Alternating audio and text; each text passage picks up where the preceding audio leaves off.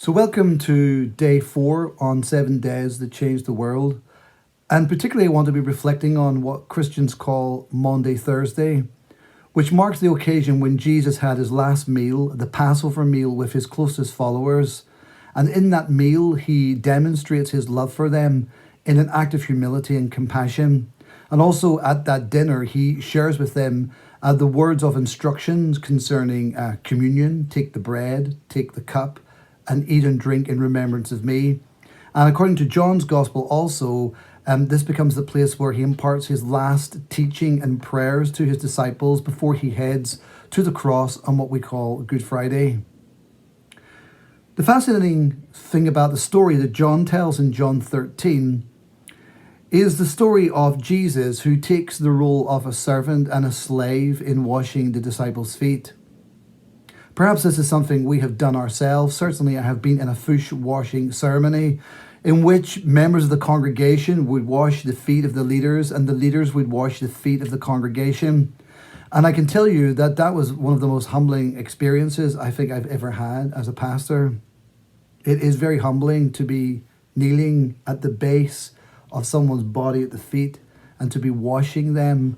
That certainly brings you down to size, I think. What was extraordinary in Jesus' day was that if an honoured guest was coming to celebrate the Passover or any other major festival meal, the household would provide a servant or a slave in order for this task to be done. In Jesus' day, you're walking through sandals, walking through dusty streets in Jerusalem and in other places across the whole country on itinerary as they travelled round and round, would have no doubt picked up quite dirty feet along the way. And therefore, the role of the guest was to ask the slave of the household to come and do this task and wash all of the feet of those who came to the dinner. But in John 13, we find it's Jesus who is actually the host and the guest and the person of honor in this meal, how he steps into the role of the slave. And unbelievably to the disciples and uncomfortably for the disciples, he takes the towel and takes the basin and kneels at each of their feet in order that he might show them the full extent of his love by washing them in humility and act of servanthood. If you read the story in John 13, Peter, one of the lead disciples, is aghast at what's happening, and he initially refuses to let Jesus do this. This is not the task of the master. This is not the task of the rabbi. This is the task of the house slave. But Jesus is illustrating to Peter and to us that the person who wants to be greatest has to be willing to become the humblest or the lowest of them all. In fact, the true humility is demonstrated by serving others and washing other people's feet, certainly physically, as Christians will do all over the world in an act of foot washing, but certainly spiritually and metaphorically, that idea of putting others above yourself. So as Jesus stoops tenderly and washes the feet of others, he is demonstrating that although he is Lord and Master of the entire universe, that he is the Christ, that he is the one who is the Son of God, that he is the King who has ridden into Jerusalem just a few days earlier, that actually the true mark of greatness is not being above people, but about serving people. Jesus says in that story, "Do you understand what I've done for you?" He asked them. "You call me teacher and Lord, and rightly so, for that is what I am. But now that I, your Lord and your teacher, have washed your feet, you should also wash one another's feet. I have set you an example that you should do as I have done to you. I tell you the truth. No servant is greater than his master, nor is a messenger greater than the one who sent him. Now that you know these things, you will be blessed if you actually do them." So here we have this symbolic parable lived out in this upper room in Passover, where Jesus reveals the full extent of his love by this act of simple yet profound servanthood.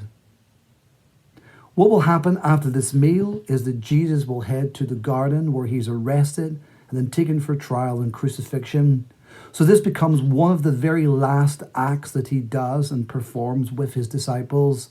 And that act becomes a prophetic symbol of what will happen in the days that come next.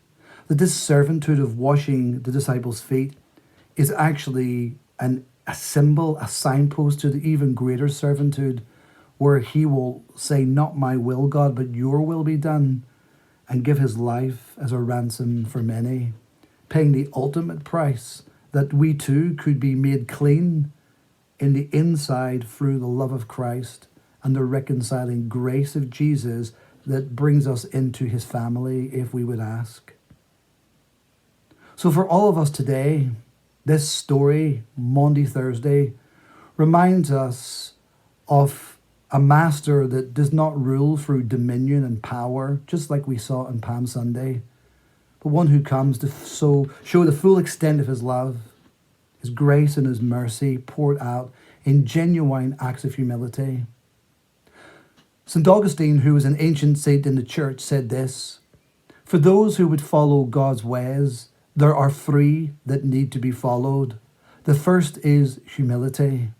The second is humility. And the third is humility." As we head into not only this Easter season and reflect on Jesus' great act of servitude, but as we live each moment, each day, let us think of ways in which we might not put our own interests first, nor dominate others, but also stoop tenderly and lovingly through compassionate acts of service that demonstrate humility and show the full extent of God's love and the full extent of our own. Who is the one that is great? Well, the Lord, the teacher, the Christ, God in the flesh says that those who are willing to take the towel and be the servant and humble themselves before others, demonstrating acts of love and compassion and mercy, these are the ones that are truly great and are truly blessed. Today, as we go about our daily business, maybe in our work, in our home, in our streets, in our families, wherever we are, may we be willing to show the full extent of our love and God's love as we stoop tenderly in acts of compassionate love and service, not being the master, but being the servant of all. This is the message and teaching of Maundy Thursday.